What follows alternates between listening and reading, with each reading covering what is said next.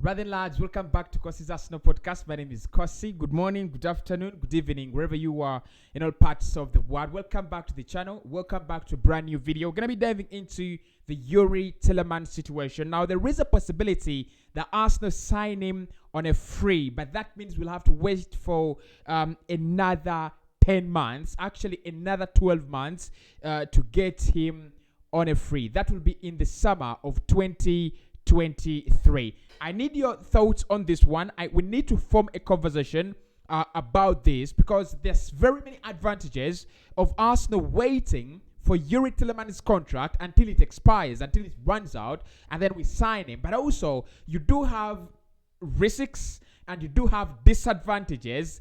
And some of those risks, including Xhaka playing for 38 games, including keeping a small squad in the midfield, and a couple of other disadvantages that we will talk about. So, at the end of the day, I will find you a couple of reasons why you should be signing on a free, and I'll give you a couple of reasons as to why you should be signing now, not tomorrow, not in the next summer, but right now. So, the conversation then is about what do you think as an Arsenal fan?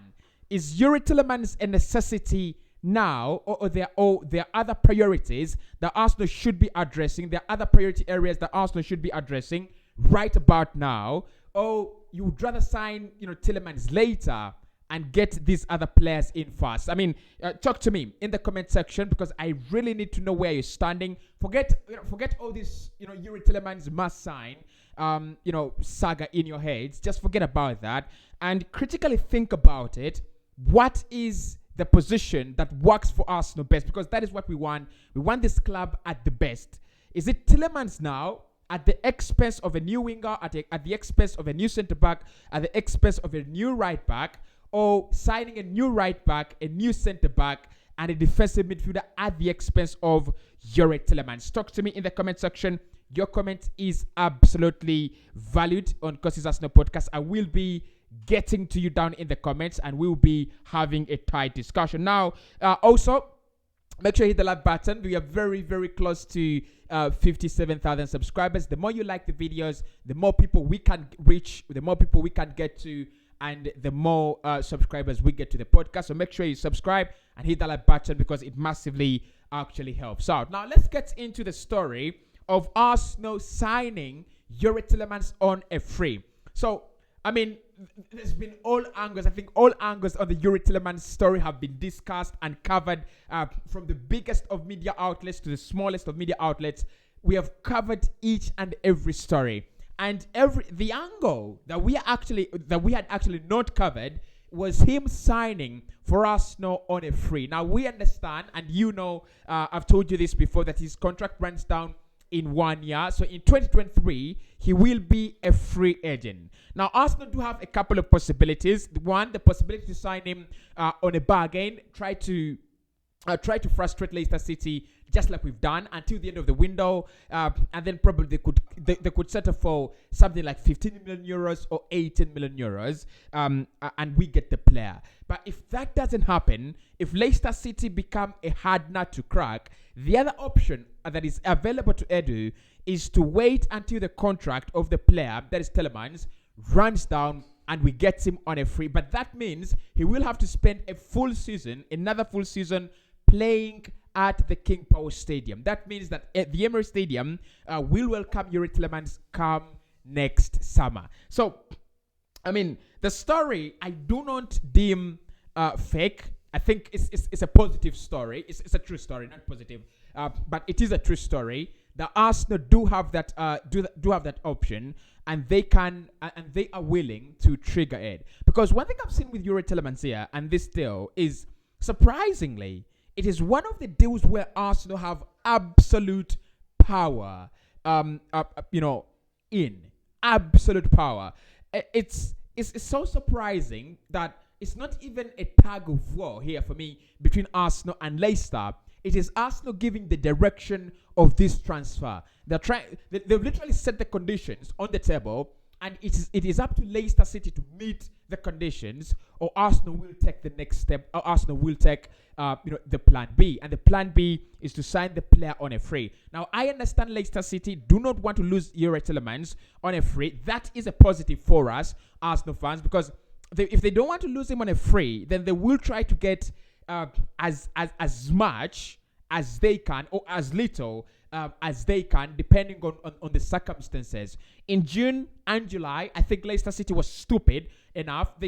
For me, what they should have done, because June and July, they knew Yuri Tielemans was never going to sign a new deal with them, and the player was never going to stay at the King Post Stadium. So if I'm Leicester, and this is the kind of advice I would have given them, find a club that meets the requirements put onto the table by Yuri Tielemans and his entourage, and sell him then. I think they wanted Champions League. They also wanted a club that is in line, a project that is in line of winning silverware in the future. Because Tielemans is only 26.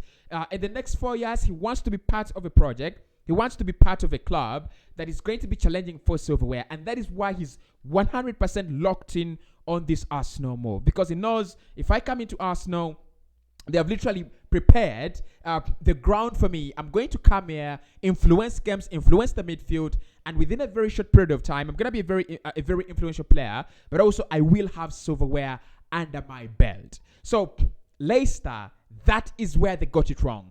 And it's extremely lucky from Arsenal, because I've already said, a player in the caliber, a player in the category of Yuri Tielemans, he's a top midfielder. He's representing Belgium in every competition they are in. You're talking about a player in his prime at 26. One midfielder, for me, from Leicester City, that walks into every Premier League side, probably apart from Manchester City. But right now, Liverpool with that midfield, I think Tielemans walks into that team. At Man United, there is no question. At Spurs, there is no question. At Chelsea, there is no question. And at Arsenal, he is a priority. So a midfielder that would walk into each and every club in the league, right? To wait for us, to patiently wait for us for that long, since February, March, April, May, June, July, and now August, we are extremely lucky. We are absolutely lucky. But for me, I think Leicester, what Leicester are trying to do here is they're trying to show Arsenal that we have some power on this deal. And I mean, they're holding the player. They own the player.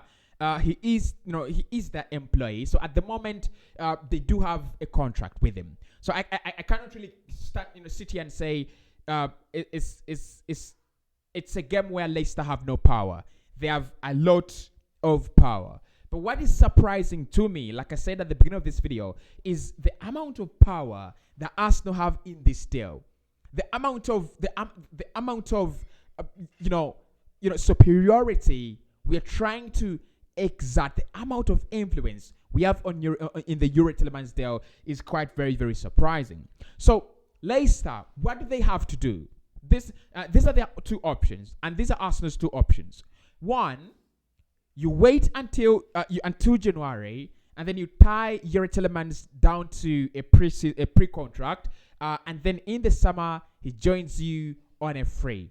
I mean, that has happened on a couple of occasions, and we know that is very, very possible. So it's August, September, October, November, December. Arsenal have to wait an extra 5 months in order to sign Yuri Tielemans on a pre-contract. And if you tie him down to a pre-contract, it means no one can actually sign him, right? Of course, he's already locked onto a move. It will be some kind of betrayal to Yuri Tielemans, because he is a player that has 100% shown absolute loyalty. If everything is to be believed, if all reports are to be believed, that this guy has actually been very, very patient with Arsenal, it will be some kind of disloyalty on our side, because he's been there, he's waited. There were so many clubs that were interested, including Juve, including Real Madrid, but he said, I will wait for Arsenal. They've told me I'm a priority, and I will wait for them. But still, I mean, we would tell him to wait for another extra 5 months and then signs for us in January, but then joins the club in the summer. The other option we have is to pay the money that Leicester City are asking for. Of course, we know that it's never going to happen. Not at this point in time. Arsenal have just made it clear we are not paying you that much. We're not giving you in excess of £25 million for Yuri Tielemans.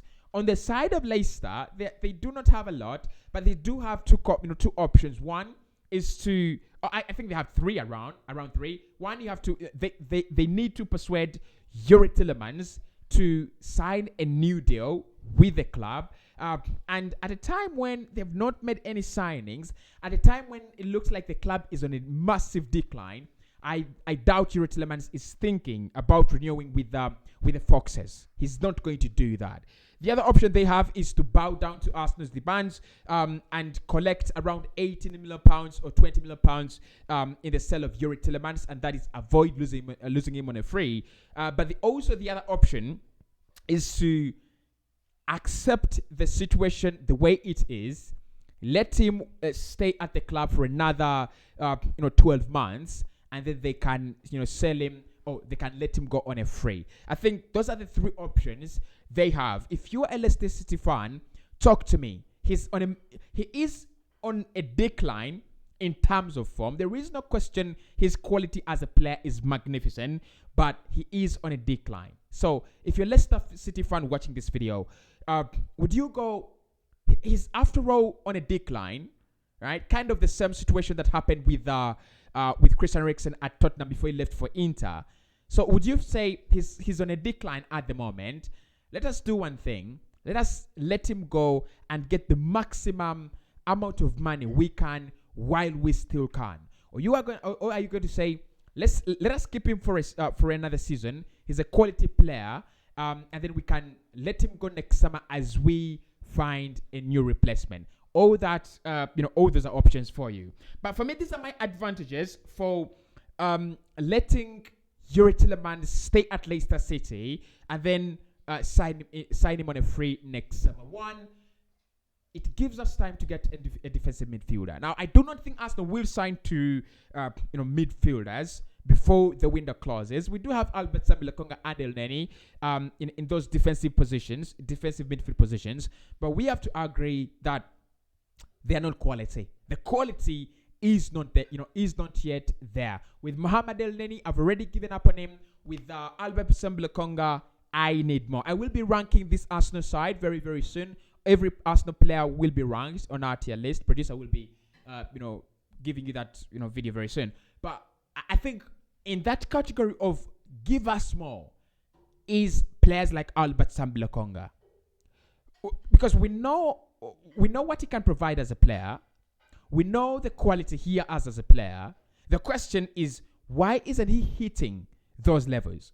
Why is he massively underperforming? Is he failing to adapt to the Premier League? Was he a wrong buy? By the way, that could be another option.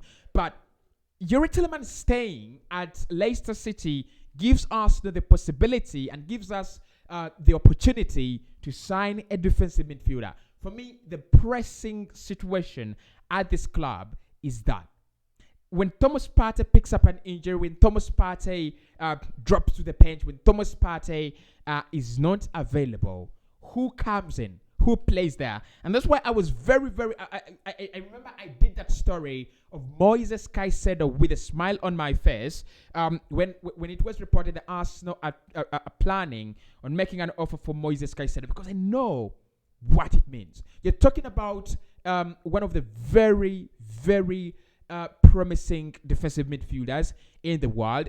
Very bright business from Brighton, signing in from Independiente, and I think they signed him in the summer of 2020, right?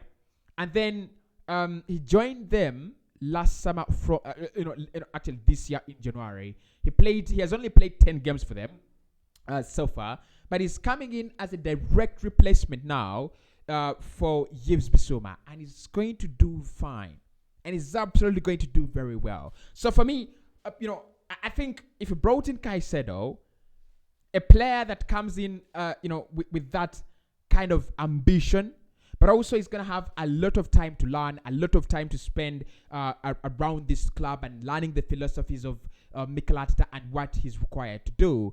And he's going to have to learn from one of the best in the game, Thomas Partey. So for me, look, that is one of the advantages. Instead of signing a central midfielder where I have Fabio Vieira, we have Alberson Lokonga can play there as well.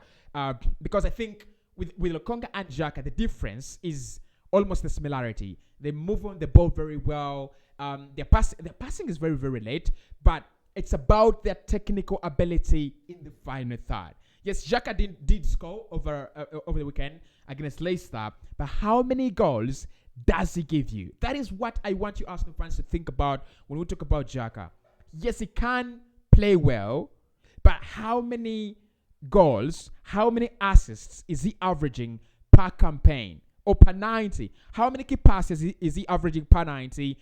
Look, in that area where Mikel Arteta has actually decided in that new role that Mikel Arteta has created for him, you've seen him get a million of chances. In that Leicester City game, early in, he had a free header. He had a free header at the back post. It was Saka crossing in the ball, and somehow he hits the post.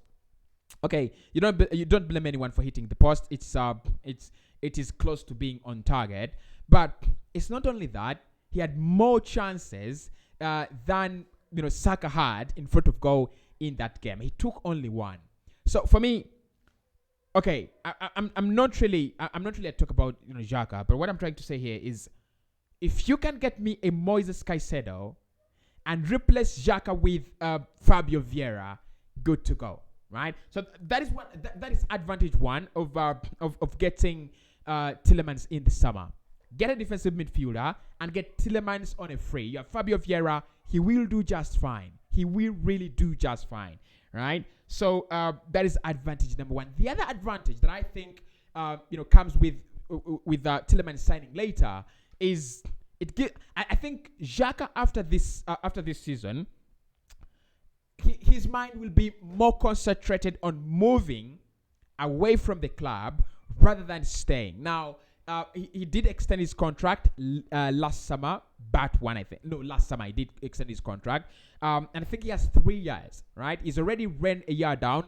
This will be his second year. In the third year, you can move him on. Now, I think what Mikel doesn't want is to bring in Yuri Tielemans while Xhaka is still owning that central midfield position. And look, he's literally told him, you're my guy, you're my player, you will play, you're part of this hierarchy. And you're also part of the leadership hierarchy. You will play. You will get the minutes, and you'll get the football, right? So I think in the summer it is easy to move Xhaka on, and when Xhaka moves out of the door, then Yuri Tielemans can also move through the door.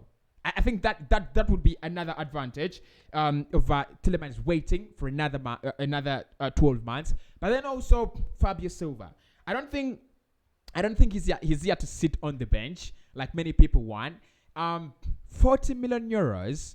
You don't sign a player for 40 million euros just to sit on the bench. Of course, if you're Manchester City, you have the luxury. If you're Liverpool, you could have that luxury. Arsenal do not have that luxury, right? Of course, we are not yet there. We are trying to get to that level where we can have such luxuries. But at the moment, we do not have that luxury. So I won't be very surprised when the season ends with Fabio Vieira recording more stats and more Premier League minutes under his belt than Granit Xhaka. And that is the advantage that I'm talking about. I think waiting for Tielemans a little, or pausing the Tielemans transfer a little, just gives Fabio Vieira time to adapt to the Premier League, but also find himself a place in this Arsenal 11. I would love it. I would definitely love it, because I want to have as many creative spots, I have as many creative personnel in that Arsenal side, in that Arsenal starting 11 as we can. I will be doing my best Arsenal starting 11 this campaign very soon, and I think it's gonna be a little bit controversial, but you'll have to deal with me. I'm known for my controversy all over YouTube. So that's what I'm trying to say here, and it's a bit controversial as well. Fabio Vieira gets to start, gets to have more minutes under his belt because Tielemans waits a little bit. So those are my advantages, but do have to share a couple of disadvantages. If you have any other advantages as to why Tielemans should sign a little bit later, then let me know. But these are the disadvantages, and I think one of them is the Xhaka deja vu. So, I mean, how many seasons now has Xhaka ran away with it? How many? And I'm not trying to say this in a bad way. I'm trying to say that we've always cried out for an upgrade on Granit Xhaka, whether he's been even in the seasons when he's played as a defensive midfielder, we wanted an upgrade. And when we got Thomas Partey, Xhaka luckily did not, he luckily didn't move out of the squad. He actually, found a new role. That kind of central midfielder that again plays in a very high and advanced area. So Tielemans not signing literally naturally means Xhaka is the most experienced player in that squad and should be taking that central midfield position. Not the worst decisions from Mikel Arteta, not the best though. I think everyone will agree with me on this channel that if Xhaka gets out of this lineup and you bring in someone who is an upgrade to him, better results are going to come in. More chances are going to be created, more goals are going to be scored, and we will win games a little bit more comfortably. Because I think Odegaard, although he's massively underscoring his XG, I think he has the ability to give us 10 plus goals per campaign. Fabio Vieira, the same story. Saka should be giving us 15 plus. Gabriel Martinelli has already scored 2, so we are demanding 13. And Gabriel Jesus should be scoring 22 this season, so we're demanding 20. What I'm trying to say here is Mikel Arteta's philosophy is about spreading the goals, spreading the responsibility. It's not about Gabriel Jesus alone. It's not about Saka and Martinelli alone. It's about spreading those goals. And Xhaka, it's one thing being enthusiastic and passionate, and it's another thing being able. Okay, so Xhaka is absolutely passionate, very enthusiastic about making things work. But is he able? I don't think he's able. So the Xhaka deja vu is one thing that we will think about, and you're like, okay, this is going to cause a boomerang, and you don't want that to happen, literally. You don't want it to happen because self-destruction in the transfer market, that is the worst thing you can ever have. Ask Man United. Literally, like going for a 33-year-old Christian Eriksen to drive your midfield, and then going for the shortest centre-back in the world in Lisandro Martinez and paying over 60 million pounds and not signing a striker when you need one. So the boomerang, the effect of the tornado we will be dropping, we will feel it by not signing Yuri Tielemans. We will actually feel it if Xhaka is going to be the main man in the position. So I think when you think about that, then you go, okay, then Tielemans need to sign now. But I think that the key disadvantage with Yuri Tielemans not signing is losing him. That is my fear, and I think that is everybody's fear. And that fear is created by the fact that everyone understands the magnitude of the quality of this guy. And with clubs like Man United, sweeping their bellies throughout the transfer market and walking away with none, I think if they ran into the camp of a desperate Yuri Tielemans, remember, I want to say this: Yuri Tielemans owes Arsenal nothing. Can I repeat that? He owes Arsenal nothing. United have apparently offered Casemiro 200,000 per week. They can offer that to Yuri Tielemans, and in my opinion, he won't turn that down. Literally, because he's looking here and there. United are in the Europa League just as Arsenal. They have a new manager. They have a young manager just like Arsenal. And although their project has not yet kick-started, although Arsenal's project is 2 years ahead, they're still looking into the same direction. That is where they will be going. So I think Tielemans, losing Tielemans is my key fear in all this BS of we can sign him on a free next summer. Yes, we can. Yeah, it's possible. But at what cost? At a cost that we might lose him to a rival. Spurs need a creative midfielder. I think Rodrigo Bentancur is fantastic for them. But they will need someone to create those chances. They will need someone to become, to string those passes. They will need a creative spark in their midfield.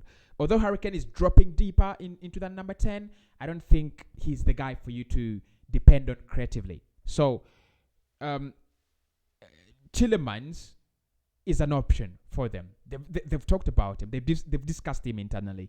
United, they've discussed him internally. And for me, if they slap wages on his table, I don't see how he turns that down. But the concern for me is with Liverpool. Liverpool and their midfield is absolutely lacking. They're absolutely lacking a signing. And anyone would say Liverpool do not lack anything. The fact that they wanted to sign Aurelien Tchouameni this summer shows you that they wanted someone in that position. And the fact that they're also 100% locking on to Jude Bellingham, it shows you they want someone in that position. But what if they cannot afford to wait for Jude Bellingham and Yuri Tielemans is available for £30 million? When they get desperate, they will trigger that asking price. And I don't see him turning down an offer from a Champions League club. So, it's kind of a debate, now or never. Tielemans or Caicedo. Tielemans on a free, great deal. Who doesn't love free things? Just like walking into your favorite restaurant and there is a bonanza, right? It's Christmas bonanza, and whatever you eat, you do not pay. Everybody loves that. But then, if it comes at the expense that it could be poisoned, then you might leave the food, because who doesn't love to live a better life anyway? So I think that's the kind of situation we are in. Tielemans for free, absolutely. We love free things, but Tielemans for free could mean we miss out on another quality number 8. We missed out on Hausemowa 2 summers ago, and we could miss out on another quality one in Yuri Tielemans at such a very, very attractive price. At times the price of a player for me could mean that you've got him on a free, because if you bring him at 30, you don't give him a hefty, a big sign-on fee. But if you signed him on a free, then you give him a big sign-on fee. So for me, get him now, right? Get him now before we regret. I think I love Caicedo and I love a defensive midfielder here. Bring both of them. That could be an option, right? But I think if Arsenal decided to go for a defensive midfielder, I'll be absolutely okay with it. I'm sorry, Tielemans, but I'll be absolutely okay with it, because the Thomas Partey deja vu is something we cannot allow to replay. This is not an Explorer decoder where you're rewatching your favorite parts or worst parts of your action show. No, and it's not even our favorite part of the action series last campaign, because if Partey doesn't pick up that injury, we go to the UEFA Champions League. If he doesn't pick up that injury, for me, we challenge Chelsea on that third position. We challenge Chelsea. But the reason as why we couldn't challenge Chelsea is when we lost to Crystal Palace, we lost to Southampton. The third game was Newcastle, was it? I think it was Newcastle. We lost 3 games in a row. And nobody could believe that. And no one could understand how actually, it was Brighton, Southampton, and Crystal Palace. Within 7 days, because we lost on a Monday, and we lost on a Sunday. I think we lost on a Monday or Saturday, and on a Wednesday, I think. So within a space of around 8 days, we had lost 3 games, we had lost 9 points, and it was all over for our top 4 hopes. So what do Arsenal do? That's the question. What we should do is learn from our mistakes, get a defensive midfielder in, If you are not willing to spend money on Yuri Tielemans, it's fine. Tell him, we just need to be honest with him. You can move on. We're gonna sign a defensive midfielder. You can move on. We can get a central midfielder in the summer in the summer of 2023. I think they will be there. Like I said, gas prices are going up. Central midfield prices are actually going down because how similar to is it Nottingham Forest that I've seen that are very close to signing him? It was Real Betis earlier on, and the fact that they will sign him for anywhere below 30 million euros, it's a disgrace. Not to House Samoa, but to the transfer market. I think the big guns should be going in for House Samoa. He will become an influential player. It will be a shame if he doesn't become, if he doesn't play for a top side again, and if he doesn't become the player we expect him to. And I thought Newcastle should be eyeing such deals, by the way. I think the likes of Samoa will be there. The likes of Conor Gallagher will be there if Arsenal decided to go for him. So a defensive midfielder, priority. Yuri Tielemans, next priority. That is so that's the latest you need to know about Yuri Tielemans. Arsenal eyeing that deal on a free. I just wanted to dive into a little bit of what do we benefit when he signs on a free, and what do we stand to lose when he signs on a free. Follow me on Instagram. Follow me on Twitter as well. TikTok. Subscribe to my YouTube channels. On YouTube, you'll find me on Cossy Podcast, of course, and also on the 90 More podcast. See you very, very soon.